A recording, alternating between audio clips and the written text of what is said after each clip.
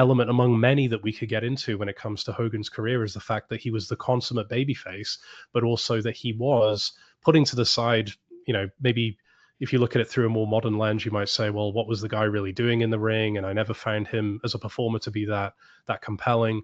But in terms of if we look at it through the lens of business, what he was able to generate being in that top heel spot, at least for a period of time, the guy was not only able to reinvent himself, but to do it, at a very similar level relative to what he achieved as a babyface. So I think there's very few people, if any, in the history of wrestling that could say that they were, the top face in the business for a long period of time, and then equally the top heel, at least in terms of a national promotion at that level, in the era of weekly, cable television, and being able to maintain it for as long as he did. So there's so many fascinating elements of this to get into.